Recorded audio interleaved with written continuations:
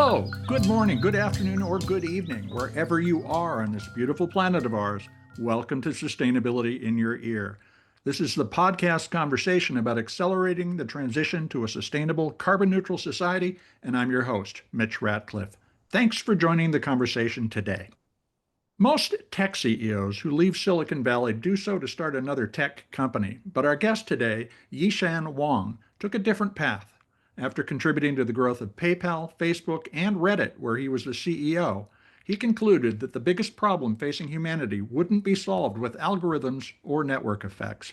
It would be solved with trees. In 2020, Wong founded Terraformation with a mission to restore 3 billion acres of native forest worldwide. That's more land than the entire United States. Terraformation's goal is rebuilt biodiverse ecosystems that take root at a speed and scale that will actually make a difference to climate change. The numbers tell a sobering story. Since the dawn of the industrial era, the Earth has lost half of its forest to degradation and destruction. At current reforestation rates, it would take about 1,000 years to restore even a third of what's been lost. But Wong argues we have only a decade to establish forests that can mature into a meaningful carbon sink by mid-century, when nations have committed to reaching net zero, and we are not on track to meet those goals. Planting 1 trillion trees isn't just about seeds in the ground. It's about solving bottlenecks, like funding gaps that leave 95% of qualified forestry teams without resources, seed shortages, lack of infrastructure, and technology gaps in tracking and verification. Terraformation built a support system that includes modular seed banks, solar-powered nurseries, open-source forest management software, which is called Terraware, and a seed-to-carbon forest accelerator that's modeled on tech startup accelerators. Since founding Terraformation, Wong has enabled the planting of over 4.7 million trees across 394 species, established 19 feed banks and 21 nurseries, and created more than 798 jobs. Terraformation recently won the Keeling Curve Prize and the G20's Restore Life Award. Its first carbon credit sale, based on a mangrove restoration project in Ghana, is bringing jobs and coastal protection to local communities at a carbon offset price just shy of $50 per ton. In an industry built on intellectual property and competitive advantages, Terraformation wants to be copied. Wong has said he wants 1,000 copycats, arguing that climate change is too big for any single organization to solve. So this is an open source undertaking, and he believes the only path forward is mass innovation. We'll talk with Yishan about why a former Reddit CEO believes in low-tech solutions that are the right approach to climate change, how Silicon Valley's lessons about scaling systems could apply to reforestation, and what it takes to build an organization designed to be replicated rather than defended. You can learn more about Terraformation at terraformation.com. Let's see what the possibilities that we can grow are right after this quick commercial break.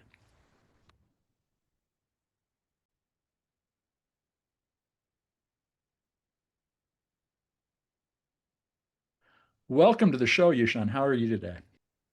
Great. Thank you for having me. Well, good to have you here, and thank you for taking the time to talk with the audience. I wanted to start off by asking about the fact that, you spent a decade or more building some of Silicon Valley's biggest companies. Was there a moment or a revelation that made you think, gosh, I should do reforestation instead?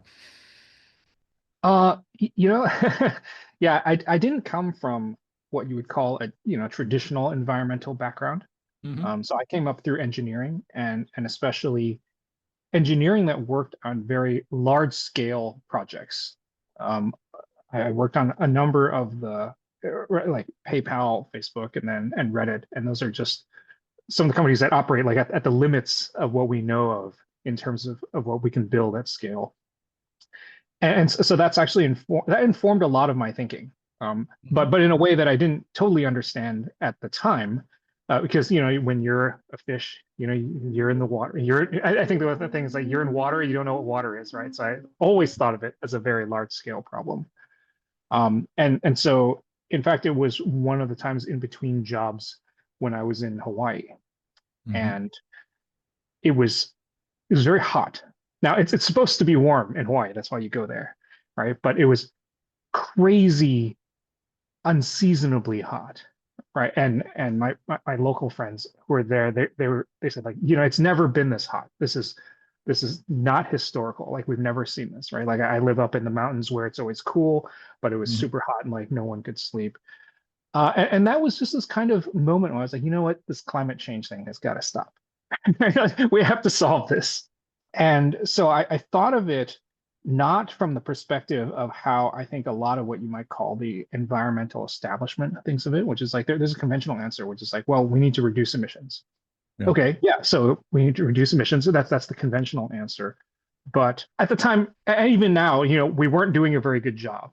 So I thought of it as like, okay, well, so what if the world fails to reduce emissions? Is there another way to address this at scale that is commensurate, or at least will like make the problem better, right? Because Hmm. sometimes when you have a very, very big problem, people often get intimidated and they say like, oh, we can't solve it, right? But like if you can solve 20% of it, you can solve 50% of it, you still made it better. And you also make a good start. That's an important part of it. And there are these just different mindsets about tackling problems at scale. And so that's how I started just doing a full scale survey of all of the proposed geoengineering methods, Hmm. right, that people had come up with for solving climate change at scale. And it turns out if you look at all of them and then you evaluate them and you sort of think about like, okay, what criteria really makes a solution that can be done for real? Like if you're really going to do it, as opposed to, because a lot of climate change solution discussions are kind of like, they're sort of like dinner party conversations. Oh, this would be cool and make a giant space mirror. That right? But if you actually think about whether or not they're really going to work and what would work, it comes down to, turns out the most effective geoengineering solution is large scale native reforestation. And that's how I got to it, right? It's like what thing would actually work at scale, could be practically done at the scale where it would have a planetary level impact, right? Hmm. And there's all these other considerations, like when you want to implement a very, very large scale solution, you need to use as little technology as possible. That's like one of the key factors that I learned in Silicon Valley. Like Silicon Valley does very good technology marketing, right? Where we make you think that the product is magical. The technology is never going to fail. It's always going to work and it's going to solve all. But that's not the case, right? Like if you use a new technology product, it has bugs. And so if you want to build something very, very big, you have to use technology that's like a few generations back, that's Yeah. very, very reliable. And so when you look at all the solutions, then reforestation sort of comes to the fore as like the one that is the least infeasible, is the way I like to say it. Well, Like, so then you took that insight and you built Terraware. Can you describe what that open source forest management platform con consists of, I guess is the best way to put it, and how is it being used by more than 300 different organizations around the world? um, yeah, it is. We're surprised at how many organizations have taken this up. This is a significant fraction of organizations that are working on reforestation.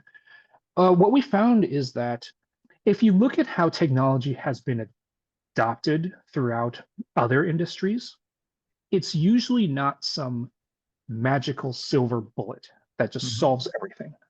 What it really is the embedding of little pieces of tools or productivity suites, right? If you look at how the original really big thing that sort of moved the world forward, like Microsoft Office. You remember that? I'm sort of dating myself, right? But now everyone uses Google, I Google. was there. Don't worry about it. Yeah, yeah. So like Microsoft Office, it's many tools, right? And it's embedded within the entire workflow of information workers in an office, right? Spreadsheets, word processors, right? Like slides, right? Like there's a little database thing, right? And so what we realized is that in terms of forest management, there are many things that you need to do. You need to track seed collection. You need to manage your nursery. You need to monitor outplanting. And those are all, like if you actually lay down those are all different, very different tasks, right? So it's not just one product, it's a suite of products. And no one was really making good software for forest management, right? Because it Hmm. wasn't cool. And so we're like, well, if we want to really help everyone do all of this better, we have to do it ourselves. So we have an in-house forestry team that does it so that we're not just writing software as outsiders. That's one key part of it. And so we do it so that we know, oh, okay, we're gonna need a piece of software here to solve this very specific Sure. problem. And we'll need another thing here, right? So Terraware is not just like one little product. It's like many products sort of gathered together in a suite. We call it this thing, we tell you we have this thing. But if you ask to use it, it does many different things all along the pipeline of forest management. An interesting point is that kind of sweet nature of Terraware. But the Mhm. other side of successful transitions in any industry using technology is change management. How do you help these organizations understand what they can do with it and develop best practices? There's one thing that we found. Here's another surprising thing that I kind of learned, which is you don't really get people to change their behavior Hmm. by telling them what to do. Yeah, You can't get people to change what they do by yelling at them or lecturing them or whatever telling. You really just do it by doing it, being successful, and kind of showing off, right? You don't have to show off really hard if you're successful because usually people will notice if you're yeah. successful and then they'll copy you. Our primary strategy is actually to do it ourselves and to be really successful at it so that other people copy us.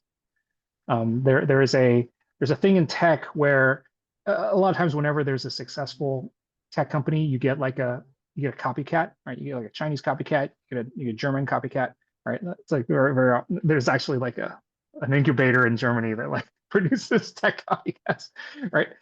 And people don't like that. They're like, oh no, there's a copycat, and they get Yeah. really upset about it. In our case, we want 1,000 copycats.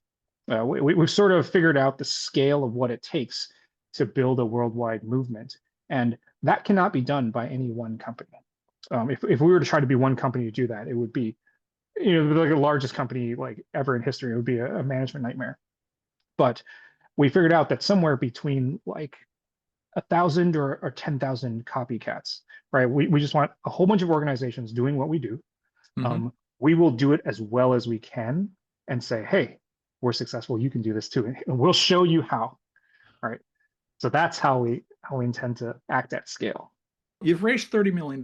Was that $30 million impact capital that was intending to spread the word, or were they looking for a profit? I'm curious how you pitched that. We said, hey, we have a solution where we're going to solve climate change. We also think that solving climate change is it's a huge value creating act, right? Hmm. You solve a big problem that a lot of people view as a problem. This creates value. And the one of the things that you sort of like learn in Silicon Valley or is sort of taken on faith, reasonably so, is if you can solve a really big problem and you're the one closest to it, you can usually monetize some part of it and make money off of that, right? So many of our investors, in fact, almost all of them, come from Silicon Valley and sort of understand that notion, right? Which is you do not need your business model worked out on day one, but you have to have a clear sense of what problem you're going to solve and that it's valuable. Our capital was entirely venture capital, but from impact investors. So there's Okay. kind of this continuum of investors where there's like pure philanthropy, where you're just kind of like throwing money over the wall, right? You don't expect anything. And then there's IRR focused investing, right? Like the oil is in there in the ground, go get it and sell it and give me money. And there's the people in between, right? Who want to make an investment but are not IRR focused. Hmm. So what's interesting is all of our investors have said to us, hey, if you come back and make $1 billion, but you don't have any climate impact, I'm going to consider that a loss. Like that's a failure in my investment. But if you come back and say, hey, we solved climate change, but we lost all your money, we'll be like, great, that's exactly what I wanted to happen. Yeah. Right. and so that difference is like, hey, solve this problem. If you return my money, I'm happy because they put their money somewhere and it solved the problem and just came back. Right. But we do actually believe that this is a huge value creating act, but it's also a very, very long term investment. You've also said that climate change is a physical problem about moving atoms and not a political one or just a political one. How did that engineering background that you described earlier shape that perspective? And I guess the other question I have is, and how do you ignore the politics that are swirling around climate issues, and particularly in 2025? Well, it's two questions, so I guess It I'll is, sort of but I'll, take them. I'll take them in turn. um, well, I guess like my career experience has been watching technology and sort of products advance during a time where, I mean, even back then, I would say like in much of my lifetime, it's been a very politically, right now we consider it like very politically crazy, right? But in the 20 years leading up to this, it's been a little hectic. yeah, it's been like pretty hectic, right? Like if you were alive in the 80s and 90s, it wasn't this bad. And then after 9/11, it was getting crazier and crazier. And now it's like Mhm. really crazy, right? But what I saw was that huge advances in technology really changed the landscape. Just what people are able to do with a certain amount of energy and effort is changed radically.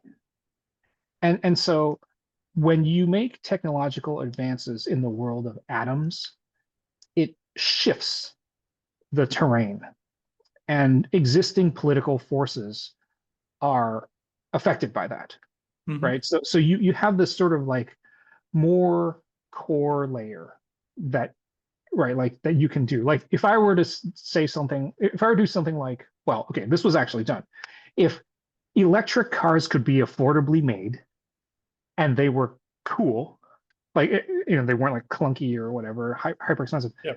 suddenly the markets would change. Like a lot more electric cars would be sold, and there would be a lot less gas being used, right? And then a guy actually went and did this, Yeah. right? He's very famous, very controversial now for all sorts of reasons, right? But and then if you there's lots of politics around space travel as well, but if you suddenly make the cost of space travel like 1/10 of what it was before, suddenly a lot more stuff can be done, right? And so changing certain physical realities can have a huge, sort of leverage effect on politics. Was what I witnessed sort of like in this span of my career. So that was the first thing that sort of occurred to me, right? Like if we can implement at any appreciable scale a useful, affordable carbon drawdown, right, method, right, that is accessible to everybody, right, that changes the political conversation. So that's like the first part of the question.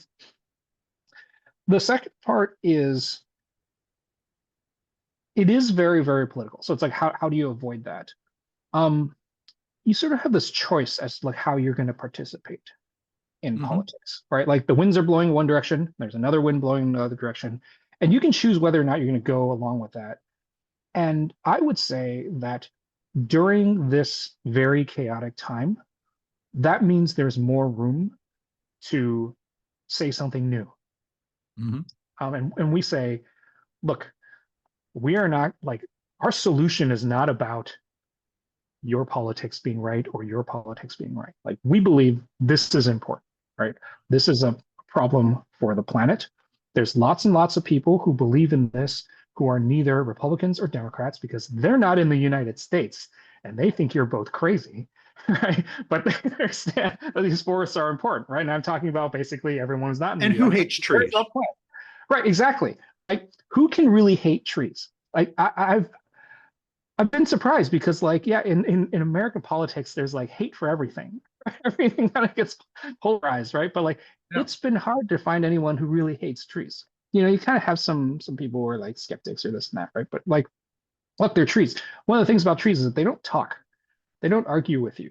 They just grow and they help the climate, right? They're just Mhm. quiet allies. So they're very non-objectionable. I try to speak for the trees, and you can always say something different when there's a lot of politics swirling around. It's just sort of it's up in the air. New Well, that's our messages. first Dr. Seuss reference of the day, but I appreciate that. Yeah, my wife always says I should lean into that reference, and I like feel a little funny, but I'm starting to come around to it. So when you look at the math, what does success look like, and what's the time frame for success? Ooh, okay. So based on current emissions, there's an actual amount of forest and biomass that would roughly offset those emissions. And I did like a rough back of the envelope calculation, and it's roughly like the amount of new forest that would be covered by about 2 billion net new forest, or 2 billion acres of net new Mm. forest. And on a rough order of magnitude estimate, that's about 1 trillion trees. So you've probably heard of the 1 trillion trees program, Yep. and it's convenient that that like nice little number is on the right order of magnitude. It's about 2 billion acres at about, I think, like 300 trees per acre, which is like within the range. The range is actually very, very large, right? Like the 150 to like 3,000 or something. But we can take 1 trillion trees as a rough order of magnitude goal, because one of the things is if we can collectively reach 1 trillion, it's actually pretty easy to then get to 2 trillion because you've built the momentum, the supply chain, the logistics, the cultural appreciation for that. So I would say that 1 trillion trees within the next decade is what success would look like. And I think that's very possible for one very interesting reason, which is that reforestation is highly parallelizable.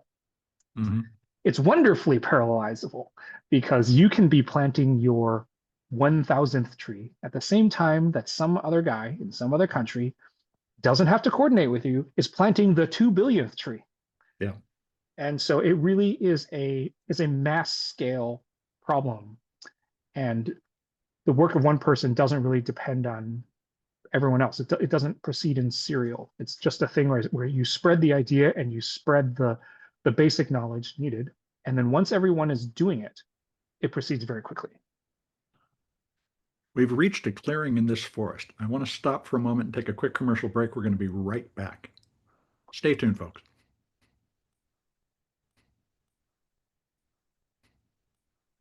Welcome back to Sustainability in Your Ear. We're talking with Terraformation CEO Yishan Wong, who previously was CEO at Reddit, about reforesting the planet as fast as possible.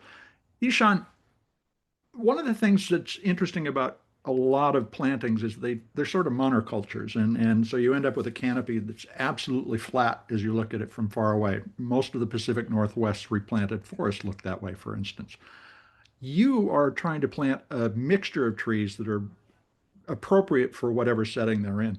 Talk about how you came to the conclusion that we need to think diversely, not just think about planting a lot of the same kind of trees.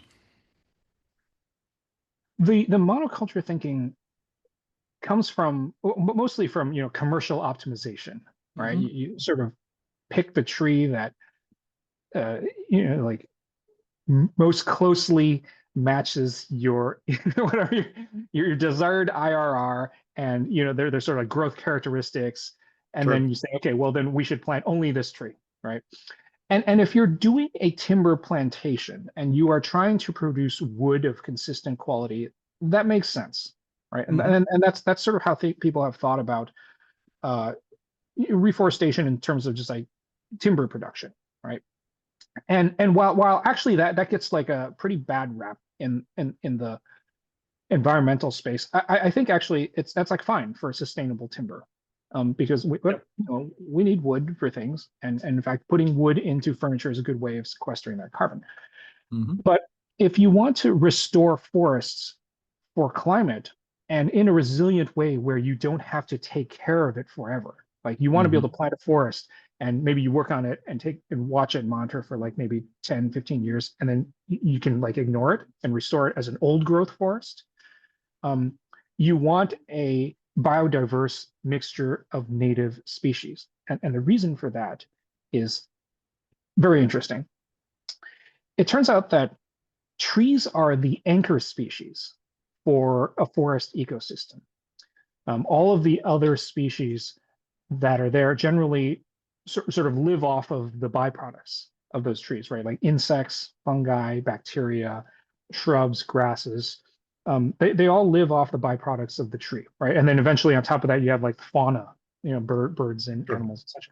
And native tree species can support an order of magnitude more species than non-native species. And usually when you optimize for fast growing monocultures, you're taking like a foreign invasive species, right? So it's very often like eucalyptus or something like that.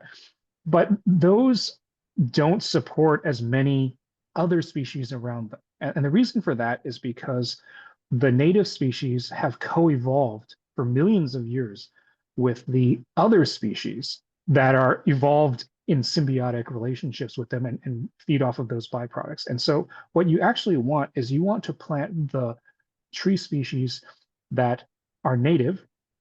You want to plant a mix of them so as to support the largest possible number of other plant, animals, insects, fungi, species in that ecosystem, because it turns out that the real carbon sequestration is all of the life there. Because you have to remember, all life is carbon. That is the real carbon stock in an old growth forest. It's not just the trees. A lot of people think, oh, you're growing trees.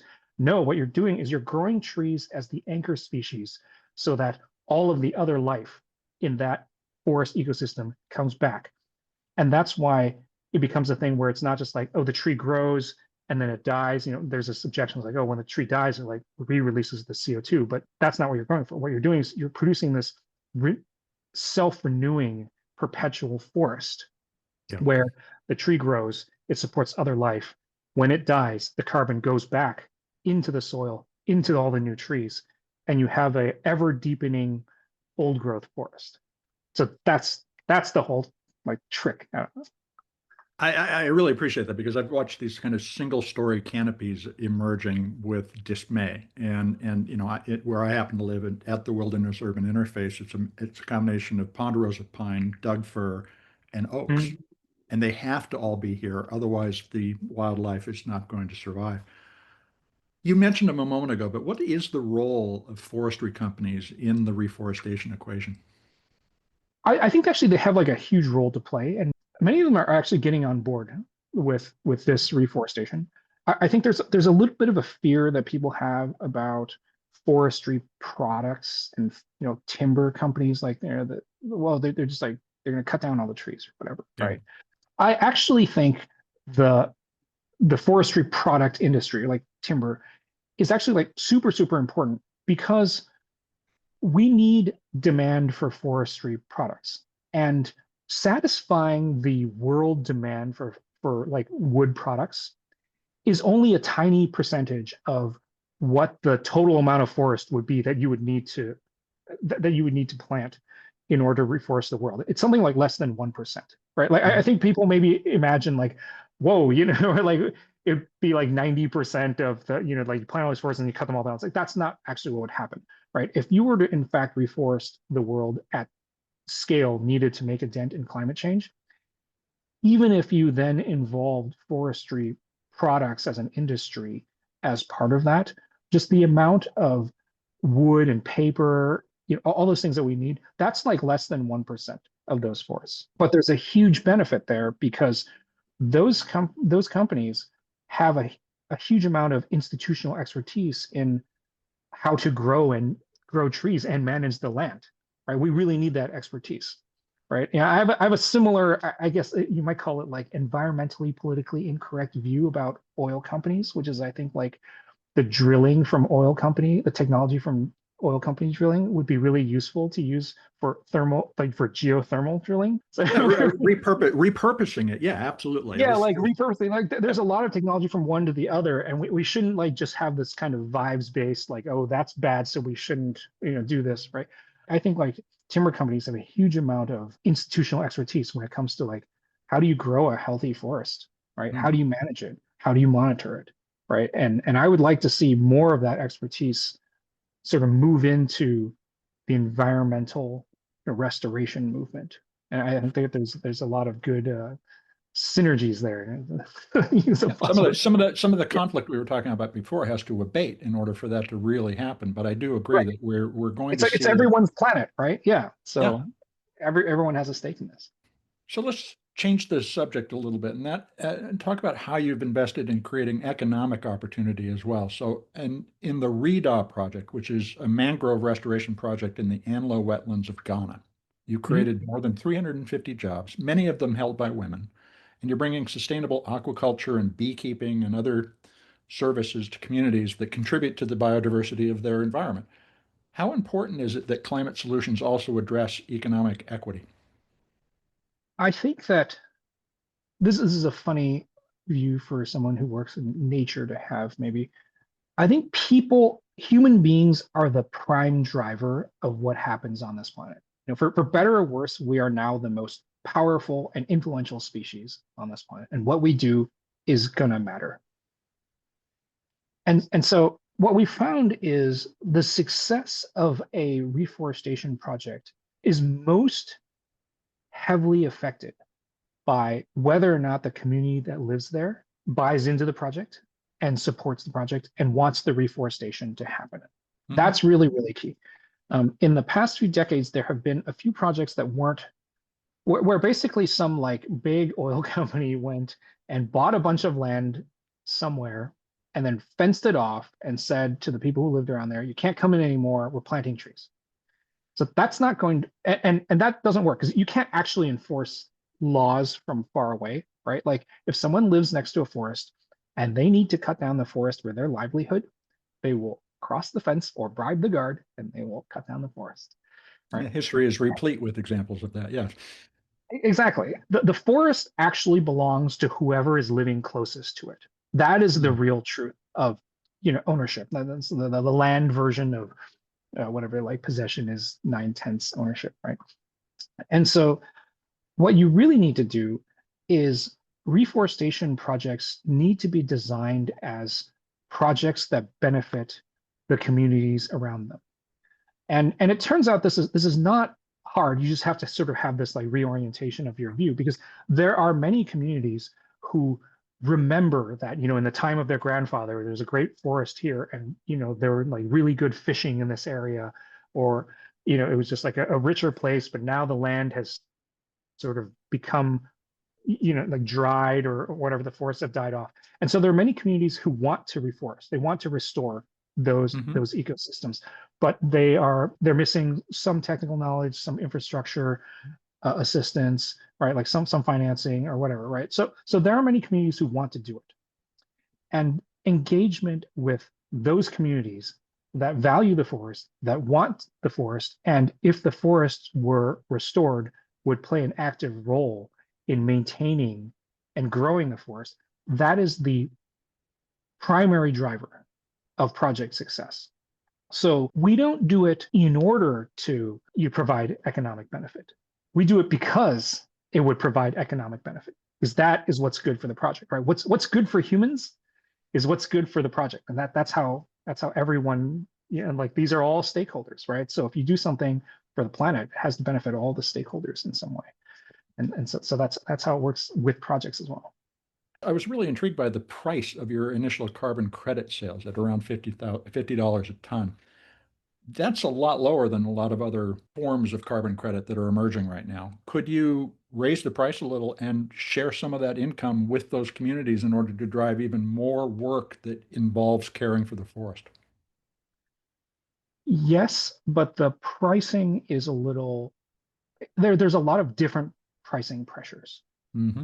So $50 a ton is high compared to previous forestry projects Hmm. where the sort of the willingness of the market to pay was just much, much, much lower, right? Like $4 or like $8, right? Yep. Like really, really low. And it made it very, very hard to to in fact like provide any or much of that funding to any of the local communities. In fact, we push the price up precisely to do that, right? We Okay. insist that in the price, there's a significant fraction that goes to the communities. And we say to funders, this is because the community must benefit from this to have buy-in. And the increasing awareness of this, it was actually a key research result that was like, there was like, what is the primary driver behind reforestation project success? And they found out it was in fact community involvement, right? And so we Yep. said, look, you want this project to succeed. This is what makes it succeed. You have to Okay. pay for this as part of the price. That's why it's $50 a ton. It's considered a very high price for For forestry, reforestation. yeah, granted. Yeah, On the other right. hand, Drawdown and Yeah, well, sequestration programs are pricing somewhere between 300 and 6. So, they are, and those are high and small and low volume is sort of mhm. the reason for that. I think like engineered carbon capture has still been extremely, extremely expensive. In our pricing, we try to point to that and say like, hey, you're paying this much for that, right? Like Yeah, you should pay, sure. commensurately more. And part of the difficulty is engineered carbon capture gives much finer accounting, right? The counting of molecules in trees is much more difficult and fuzzy than the counting of molecules moving through an airstream that you can Sure. directly quantify. And it turns out that like when the finance people have their say, they want an exact number, right? You end up paying a premium, or you end up taking a premium in like what you can charge when Sure. your reporting is not able to be as precise. And so that's some of that cost difference. The other cost difference is that for very engineered carbon capture is just like very small, low volume. There's only a small segment of the market that's willing to pay that much. Mhm. But we definitely point to that price and say, like, look, you're paying $300 a ton, right? This is the same carbon. And so we moved it up from like 12 to 50, right? With our reasoning. And I agree, it should move up. You're making me think of something that I had not anticipated talking about, but that is the impact of AI data centers on carbon emissions. But there's a commensurate concern, which is that we're all going to lose our jobs and AI takes over. Can you imagine an economy in which those companies that are generating so much carbon are paying enough that many people could be compensated simply for caring for nature? I can. And what would be surprising to some people is that those very companies that are currently driving the data center boom are some of the best buyers. They are Yep. currently some of the ones who are most active in and most interested in paying for carbon removal, especially nature-based carbon removal. They are in Mhm. fact already doing it. Part of it is because they have the profits to cover it. Part of it is that they are very forward looking. They're forward looking both when it comes to tech, they're forward looking when it comes to climate and long term planning. Whether or not that ends up balancing out exactly is a different question because Sure. that often comes down to sort of specifics. But I think in broad strokes, matching those two things up is something that's already happening and likely to continue. Yishan, this is a fascinating conversation. I wanted to close with a last question, and that is to ask you about one of the core values that Terraformation has published, which is we are ancestors. I think that's a profound way to think about the company's role in the world. As you look forward to leaving a forest legacy for future generations, I'm wondering what gives you hope and what's keeping you up at night when you think about those future descendants? Oh, well, what's keeping me up at night literally is just drinking too much caffeine past 5 p.m. But Hey, you should oh, stop that. yeah. Okay, so I'm a technology person, and so I read a lot of science fiction. And if you look at the science fiction stories of the future, right, where mankind has spread to other planets, Mhm. other star systems, there's like two different visions of that often of what happened to Earth. In some of them, Earth is like this toxic, post-apocalyptic wasteland. Yep. Maybe it was nuclear war, maybe it was pollution, whatever. Earth is largely uninhabitable, and like humans just managed to get off of it, and now we're on other planets, so we're kind of okay. But oh man, we really messed up Earth, Yep. right? Like that. That's one of the visions. Another one is Earth is a beautiful Eden. It's like the blue-green jewel, the cradle of mankind. And the people who are living in the frontier colonies where right, like you gotta you recycle all your water and whatever. Hmm. They tell their kids like, oh, Earth is this great place. One day we're gonna go back to Earth and visit, right? And it's this like wonderful place that mankind came from. There's like blue skies and there's like oceans of water and it's all green. It's a beautiful place, right? And you look back on Earth with a sense of awe, like the original birthplace. And we're on the stars, on other planets, and some of the planets aren't super habitable, but Earth is great. So there's those two visions of future humanity. And I think we can choose which one we have, right? And I want to, and so it's clear which one is better, right? You want the Earth that you look back on with pride and joy. And if you think about how much more human history there is in the future, you realize that there's billions of years of Hmm. future human history. And, we've only had, sort of depending on how you measure it, right, a few thousand years of human history since like civilization or agriculture began. And if you look at those two numbers, you realize today, in our hyper technical age, where we are still living in the dawn of time. This is the dawn of civilization, the dawn of human history.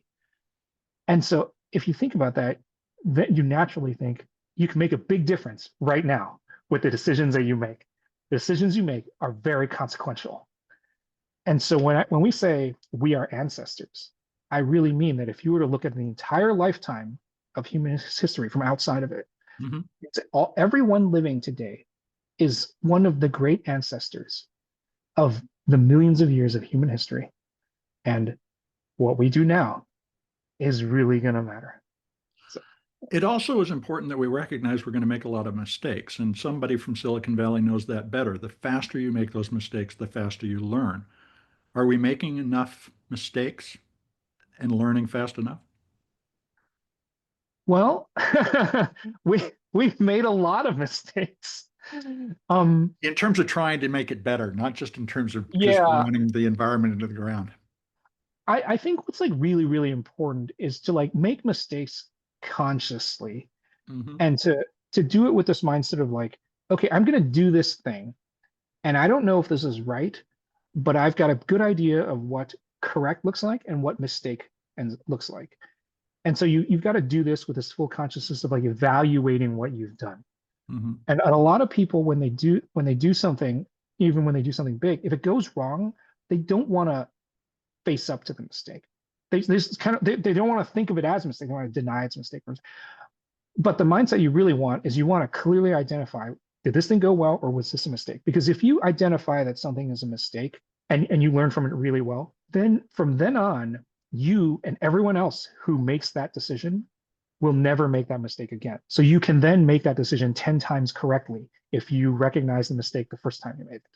And we sort of have this view in the company, which is like, hey, we're going to make some mistakes and this is going to be hard. But remember, we're like scaling. And so Yeah.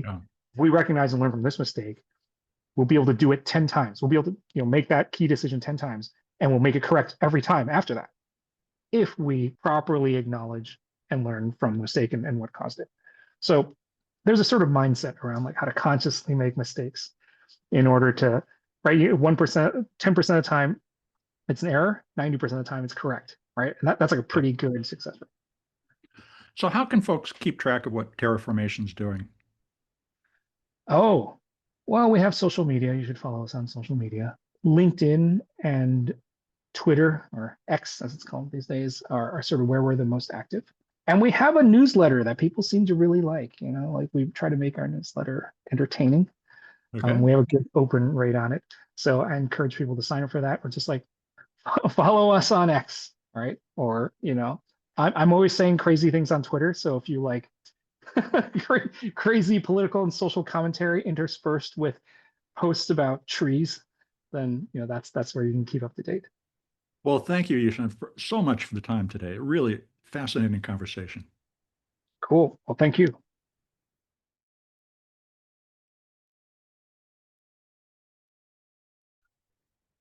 Welcome back to Sustainability in Your Ear. You've been listening to my conversation with Yishan Wong. He's founder and CEO of Terraformation. It's a forestry software company that aims to facilitate the reforestation of 3 billion acres with native trees over the next 2 decades. And you can learn more about the company as well as sign up for their newsletter at terraformation.com. Yishan's comment that the decisions we make today, though small, have large, long-term impacts is really important to keep in mind as we wrestle with climate change today. When we plant a tree or we choose a more sustainable product, that makes a small change in the present. But the values those decisions represent roll down through time and they spread like ripples from a rock thrown in the water. turning into waves of change that our descendants will see in retrospect as the history that shaped their world, and hopefully they will be living in a restored environment. Terraformation's ethos, to see itself as an ancestor to many future generations of humans who must have a vibrant and biodiverse ecosystem to live well, provides an inspiring mission to keep people focused on the work. Now, this week, Bill Gates announced a change in his focus on climate. He will continue investing in climate tech while focusing more of his philanthropy on human quality of life in a warmer world. That landed with a thud in the environmental community, but in the context of our descendants, will an emphasis on human quality of life be seen as a fault or a virtue? As Yishan said, a forestry project lives or dies based on the engagement and support of local communities. So designing reforestation projects to enhance human communities' well-being is essential. The question that we will answer through our actions today is, if we consistently anchor judgment in human experience, the pursuit of happiness, as we like to say, will people step up to contribute to achieving the goals, including robust biodiversity, forest and grassland resilience, and the restoration of the environment that poets and nature writers have brought to life in words? Will they deliver on the promise that we have made to the future? Will our actions meet the challenge? We can try, we may fail frequently until we develop the system that puts nature first in support of a good life for its human members, but try we must. And trying involves making a lot of mistakes. So every time we see a failure, let's chalk it up to learning rather than decide once again that the world is doomed. We'll continue to talk with innovators to shine a light on the steps that everyone can learn from. And I hope that you'll take a few minutes to look at the more than 500 episodes of Sustainability in Your Ear that we've produced to date. Writing a review on your favorite podcast platform will help your neighbors find us because, folks, you are the amplifiers that can spread more ideas to create less waste. This is one of those moments to make a decision to share. So tell your friends, family, and coworkers that they can find us on Apple Podcasts, Spotify, iHeartRadio, Audible, and other purveyors of podcast goodness that they might prefer. Thank you for your support. I'm Mitch Ratcliffe. This is Sustainability in Your Ear, and we will be back with another innovator interview soon. In the meantime, folks, take care of yourself, take care of one another, and let's all take care of this beautiful planet of ours. Have a green day.